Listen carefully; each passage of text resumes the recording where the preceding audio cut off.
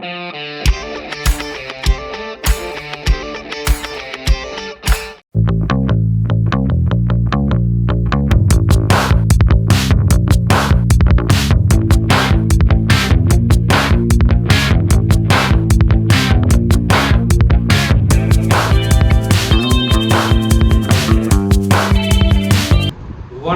நண்பர்களே, சிட்ரா tax YouTube channel சார்பாக உங்கள் அன்புடன் அழைக்கிறோம். இந்த ஆள் யாரு தெரியுமா? இவரே அமெரிக்காவோட பிரசிடென்ட் அப்படின்னு சொல்லக்கூடிய ட்ரம்ப். இவர் செக்ரட்டரி ரூபியோ. இவங்கள ஒரு முக்கியமான ஆள் அமெரிக்காவுக்கு. இப்போ இந்த அமெரிக்கா என்ன நினைக்கிறாங்க அப்படின்னா, நம்மகிட்ட பணம் இருக்கு, நம்மளுக்கு படைபலம் இருக்கு, எல்லாமே இருக்கு. அதனால எந்த நாட்டையுமே நம்ம ஒரு வழி கொண்டு வந்துடலாம் அப்படின்னு நினைச்சிட்டு ஒவ்வொரு நாட்டையுமே தான் நினைச்சு அடிக்கிறது. இவங்க உலக பணக்காரன் சொல்ல முடியாது. உலக பணக்காரன் கிடையாது, உலக பெரிய பிச்சைக்காரர்கள் அப்படின்னு சொல்லலாம். உலக பெரிய பிச்சைக்காரன் தான் அப்படின்னு சொல்ல முடியும். ஏன்னா ஒரு பணக்காரன் கிடையாது. பணக்காரன் என்பது தான் உழைத்து தன்னுடைய சம்பாதியத்தில் பெரிய வர்றதே பணக்காரன். ஆனால் பிச்சைக்கார பணக்காரன் நிறைய இருப்பாங்க. எப்படின்னா அடுத்த சொத்தை அபகரிச்சுட்டு சொத்தை அபகரித்து இவன் நான் பெரிய ஆளுன்னு காட்டிக்குவான். அந்த மாதிரி ஒரு ஆள் தான் இந்த அமெரிக்காவுடைய இப்போ இருக்க ட்ரம்ப். இந்த அமெரிக்கா என்ன பண்ணிக்கிட்டு இருக்காங்க, ஒவ்வொரு நாட்டையும் மிரட்டுறது. இப்போ இந்த ஆள் வந்தோடனே என்ன செஞ்சாங்க அப்படின்னா, கிரீன்லாந்து எனக்கு வேணும், கொடுக்கலைன்னா நான் சண்டை போகிற படை அனுப்பி நான் பிடிச்சிருவேன்.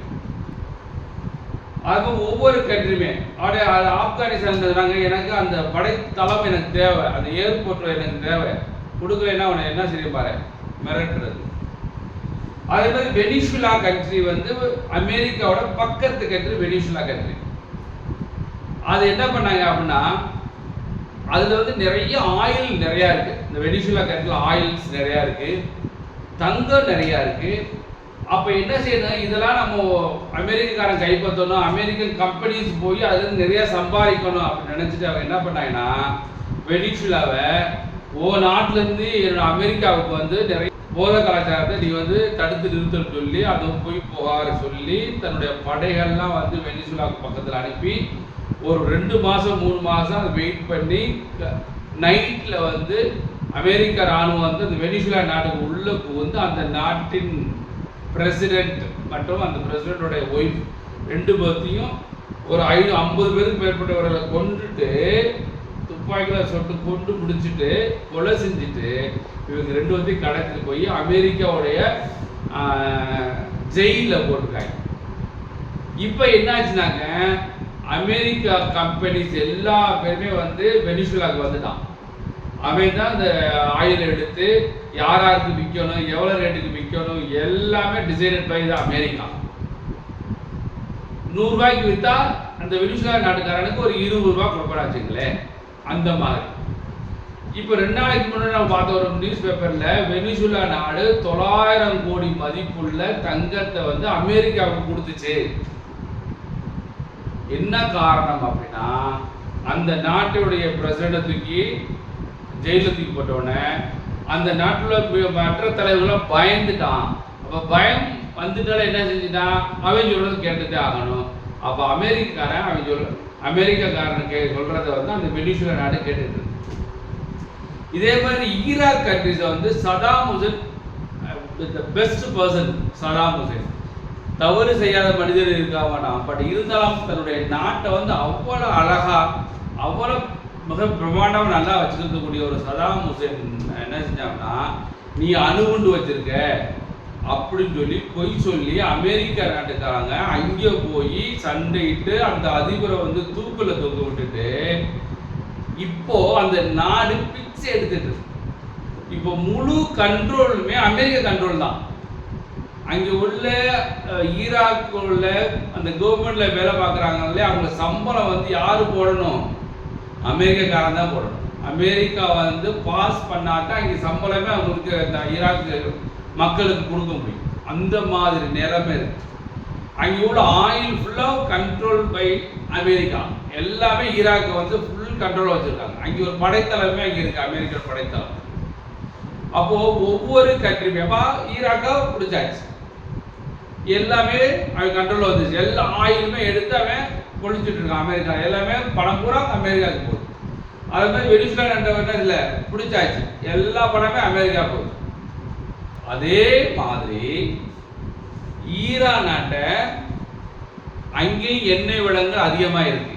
அப்போ எண்ணெய் வளங்கள் அதிகமாக இருக்கும்போது அப்போ ஈரான் நாட்டை பிடிச்சிட்டோம் அப்படின்னா இன்னமும் நம்ம பெரிய சம்பாதிக்கலாம் அப்படின்னு சொல்லிட்டு தான் ஈரான் நாட்டை வந்து அணுகுண்டு நீ தயாரிக்கிறடா, அணுகுண்டு தயாரிக்கிற ஒழுங்கா நிப்பாட்டிக்கா, இல்லைன்னா தொலைச்சி போடுவேன் அப்படின்னு பயமுறுத்தி ஒரு 3 ரவுண்ட் அணுகுண்டு சோதனை பற்றி அதில் பேச்சுவார்த்தை நடத்தி அது ஓரளவு அந்த பேச்சுவார்த்தை கையெழுத்தாக போகிறதுக்கு முன்னாடியே இப்போ இங்கே என்ன செஞ்சாங்க, நீங்கள் கூட உங்கள் தலைவர்கிட்ட கூட பேசிட்டு எனக்கு சொல்லுங்க அப்படின்னு சொல்லிட்டாங்க இந்த அமெரிக்காரனும் இஸ்ரேலும்.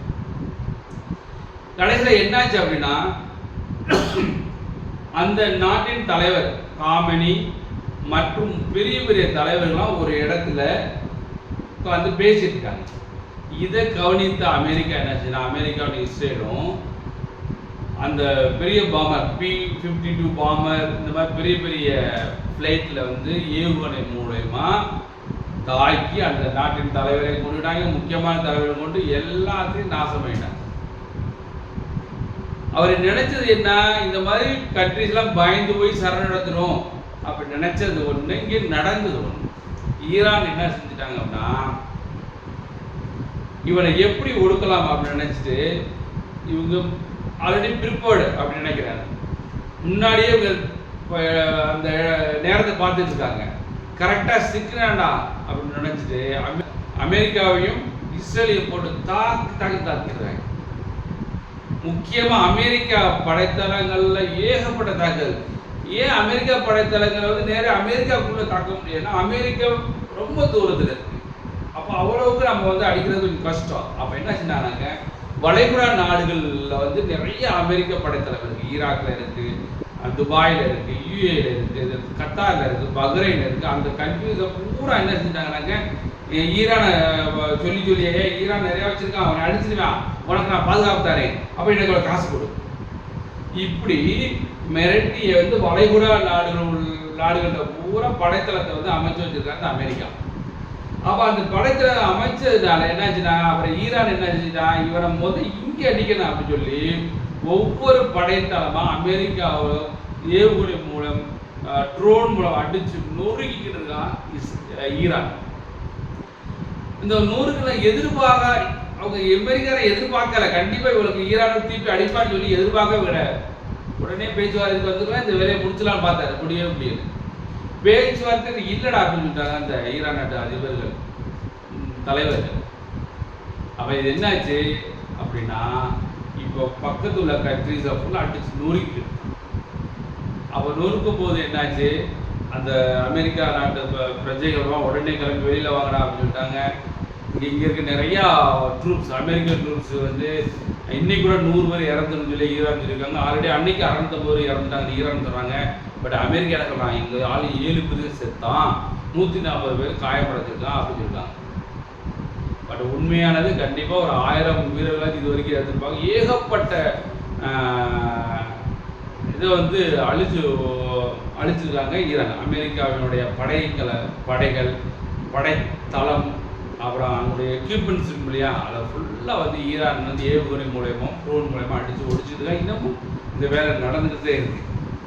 அப்போது இந்த அமெரிக்கா என்னன்னாக்கா அடுத்தவே நாட்டிலேருந்து உள்ள வளங்களை பூரா எடுத்து தன் நாட்டுக்கு கொண்டு வந்து நான் பெரிய ஆளு, நான் வந்து அவன் உலக பணக்காரன், நான் சொல்றதை எல்லா பேரும் கேட்கணும் அப்படின்னு சொல்லி இந்த ட்ரம்ப் உலக பிச்சைக்காரன் சொல்லணும், உலக பணக்காரன் கிடையாது, உலக பிச்சைக்காரரான அமெரிக்கர்கள் வந்து அடுத்த நாட்டிலிருந்து உள்ள வளத்தை பூரா தோண்டி எடுத்து தன்னுடைய நாட்டுக்கு கொண்டு வந்து நாம் பெரிய ஆளுன்னு காமிச்சு எல்லாத்தையும் மிரட்டி ஒவ்வொரு நாட்டிலையும் உள்ள வளங்களை பூரா சுரண்டக்கூடிய உலக பிச்சைக்காரர்கள் இந்த அமெரிக்கர்கள்.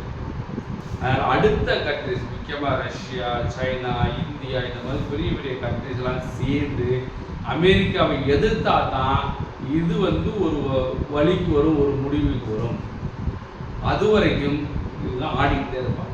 சொல்கிறாங்களா இந்த டாலர்ஸ் வரும் இல்லையா, பூரா டாலர் தான் பண்ண. அவன் என்ன செய்கிறான், நமக்கு தேவைன்னா டாலர் அடிச்சிருது.